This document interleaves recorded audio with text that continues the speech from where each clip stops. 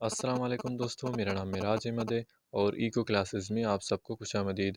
आज का मेरा जो टॉपिक है वो प्रोडक्शन पॉसिबिलिटी कर्व या फिर हम इसको प्रोडक्शन पॉसिबिलिटी फ्रंटियर भी कह सकते हैं, जिसे हम पीपीसी या फिर पीपीएफ के नाम से भी जानते हैं। जैसे कि हमने अपने पिछली वीडियो बेसिक इकोनॉमिक प्रॉब्लम में बताया था कि जो इंडिविजुअल्स हैं उनकी सोसाइटीज़ हैं उनकी अनलिमिटेड वांट्स हैं और लिमिटेड रिसोर्सेज हैं, तो लिमिटेड रिसोर्सेज से हम अनलिमिटेड वांट्स को पूरा नहीं कर सकते। पीपीसी या फिर पीपीएफ जो है वो बेस्ट पॉसिबल कम्बिनेशंस को रिप्रेजेंट करती है। यानी कि एक सोसाइटी जो है वो प्रोडक्शन करनी चाहती है, दो गुड्स को प्रोड्यूस करनी चाहती है या फिर सर्विसेज को प्रोड्यूस करना चाहता है, तो वो किस तरह से उनकी बेस्ट कम्बिनेशन को प्रोड्यूस कर सकता है, जहाँ पर जो रिसोर्सेज हैं वो भी गिवन होती हैं और जो टाइम है वो भी स्पेसिफाइड है, यानी कि टाइम को भी एक्सीड नहीं कर सकते, और जो रिसोर्सेज हैं वो भी लिमिटेड हैं, वो भी गिवन हैं। तो उन गिवन रिसोर्सेज और स्पेसिफाइड टाइम से जो पीसी है वो पॉसिबल कम्बिनेशंस ऑफ प्रोडक्शन को रिप्रेजेंट करती है।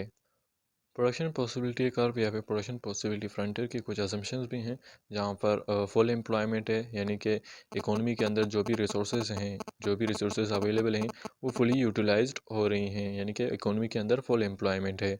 दूसरी तरफ यहाँ पर जो रिसोर्सेज हैं वो फिक्स्ड हैं, कि जो भी रिसोर्सेज इस वक्त सोसाइटी या फिर इकोनॉमी के अंदर अवेलेबल हैं वो फिक्स्ड हैं, वो चेंज नहीं हो सकती।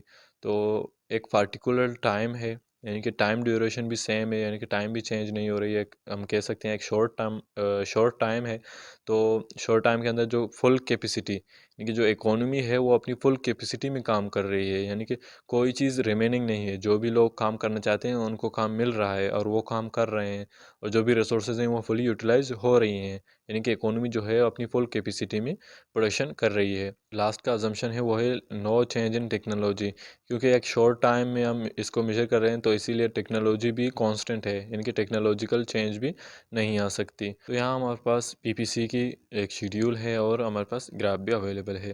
तो शुरू करते हैं। जो हमारे पास पहले जो है वो पॉसिबिलिटीज़ हैं, यानी कि कम्बिनेशंस हैं, यानी कि यहाँ पर हमारे पास 6 पॉसिबिलिटीज़ हैं और हम क्या प्रोड्यूस कर रहे हैं, क्लॉथ एंड वीट को प्रोड्यूस कर रहे हैं। एक बात का ख्याल रहे कि फिक्स्ड रिसोर्सेज हैं और शॉर्ट टाइम है। तो यहाँ पर जब हम पहली पॉसिबिलिटी की तरफ जाएंगे, यानी कि फर्स्ट कम्बिनेशन में हमारे पास 0 यूनिट ऑफ क्लॉथ है, यानी कि हम क्लॉथ को प्रोड्यूस ही नहीं कर रहे, और हमारे पास वीट जो है वो 15 यूनिट्स अवेलेबल हैं।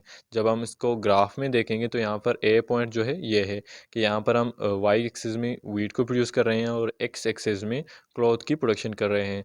तो सबसे पहला जो पॉइंट है वो ये है कि यहाँ पर 15 यूनिट्स ऑफ वीट प्रोड्यूस हो रही हैं और 0 यूनिट्स ऑफ क्लॉथ को प्रोड्यूस कर रहे हैं। जब हम सेकंड कम्बिनेशन या फिर सेकंड पॉसिबिलिटी की तरफ आएंगे तो वो बी पॉसिबिलिटी है, जहाँ पर हम 1 यूनिट ऑफ क्लॉथ को प्रोड्यूस कर रहे हैं। यहाँ पर 0 था और यहाँ पर हमने चेंज करके 1 यूनिट ऑफ क्लॉथ कर लिया, क्योंकि सोसाइटी को क्लॉथ की भी ज़रूरतें होती हैं। तो इसीलिए जब हमने 1 यूनिट्स ऑफ क्लॉथ प्रोड्यूस करना चाहिए, तो हमारे पास जो वीट की यूनिट्स हैं वो डिक्रीज़ हो जाएंगी। वो पहले 15 थी, अब कितनी हो जाएंगी, 14 हो जाएंगी, क्योंकि रिसोर्सेज जो हैं वो फिक्स्ड हैं। तो सेम रिसोर्सेज से हम 1 units of cloth and 15 units of wheat को प्रोड्यूस नहीं कर सकते। जब हम क्लॉथ की प्रोडक्शन की तरफ जाएंगे तो हमें वीट की कुछ यूनिट्स को छोड़ देना होगा। तो इसीलिए जो बी पॉसिबिलिटी है वहाँ पर हम 1 यूनिट ऑफ क्लॉथ और 14 यूनिट्स ऑफ वीट को प्रोड्यूस करेंगे। तो बी ग्राफ के अंदर जब हम देखेंगे तो यहाँ पर जो बी पॉइंट है, यहाँ पर 14 यूनिट्स ऑफ वीट हैं और 1 यूनिट ऑफ क्लॉथ है। तो थर्ड पॉसिबिलिटी वो ये है कि सी पॉसिबिलिटी है, जहाँ पर 2 यूनिट्स ऑफ क्लॉथ है, यानी कि 1 से हम 2 यूनिट्स ऑफ क्लॉथ की तरफ जाएंगे। और यहाँ पर भी जब हम 2 यूनिट्स ऑफ क्लॉथ प्रोड्यूस करेंगे तो वीट की और यूनिट्स हमें जोड़नी होगी, कि हम 14 से अब कितनी में आएंगे, 12, यानी कि 2 यूनिट्स ऑफ क्लॉथ और 12 यूनिट्स ऑफ वीट प्रोड्यूस कर सकते हैं विद गिवन रिसोर्सेज। तो अब जब हम ग्राफ में देखेंगे तो यहाँ पर सी ये है, जहाँ पर 2 यूनिट्स ऑफ क्लॉथ हैं और 12 यूनिट्स ऑफ वीट हैं। जो फोर्थ पॉसिबिलिटी है वो ये है कि डी पॉसिबिलिटी है, यहाँ पर जो क्लॉथ्स की प्रोडक्शन है वो 3 यूनिट्स है और जो वीट की प्रोडक्शन है वो 9 है।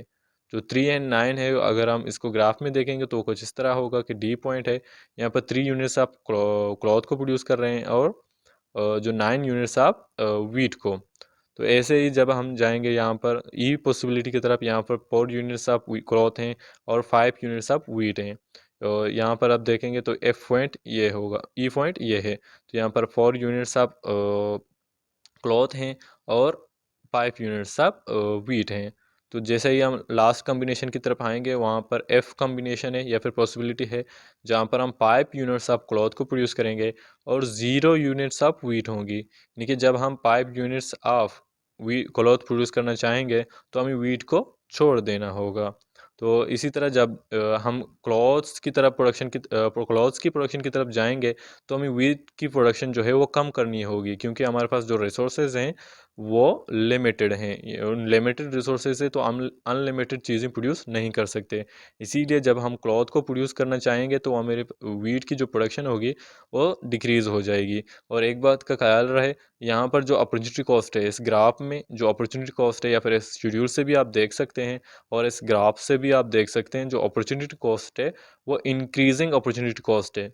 तो इंक्रीजिंग अपॉर्चुनिटी कॉस्ट का मतलब यह है, तो फर्स्टली आपको जानना होगा कि अपॉर्चुनिटी कॉस्ट क्या है। अपॉर्चुनिटी कॉस्ट ये है कि जब हम वीट को छोड़कर क्लॉथ, यानी कि क्लॉथ की अगर एक यूनिट को हम प्रोड्यूस करना चाहेंगे तो हमको कितनी यूनिट्स ऑफ वीट जो है वो छोड़नी होगी, तो इसको हम अपॉर्चुनिटी कॉस्ट कहेंगे। तो यहाँ पर इंक्रीजिंग अपॉर्चुनिटी कॉस्ट का मतलब यही है कि जब हम 1 यूनिट ऑफ क्लॉथ प्रोड्यूस करना चाहेंगे तो हम कितनी यूनिट्स ऑफ वीट लीव कर रहे हैं या फिर छोड़ रहे हैं, यहाँ पर तो 1 यूनिट है, यानी कि 15 और 14 के दरमियान जो डिफरेंस है वो 1 यूनिट है। कि 1 यूनिट ऑफ क्लॉथ को प्रोड्यूस करने के लिए हमें 1 यूनिट ऑफ जो वीट है वो छोड़नी होगी।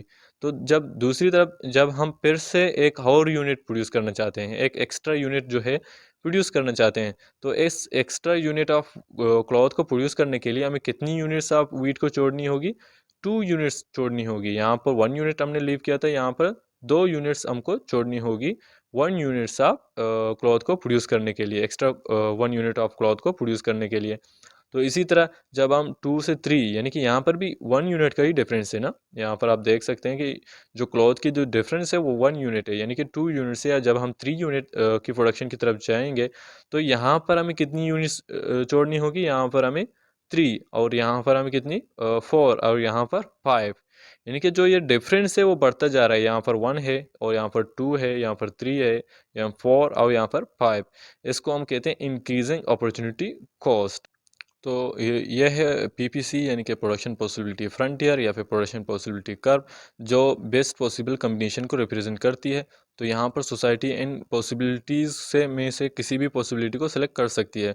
ए B C D E F, इनकी जितनी भी उनकी वांट्स हैं, जितनी भी उनकी ज़रूरियात हैं, उन ज़रूरियात के मुताबिक वो किसी भी इस कम्बिनेशन को सिलेक्ट कर सकती हैं और वीट और क्लॉथ की प्रोडक्शन को कर सकती हैं।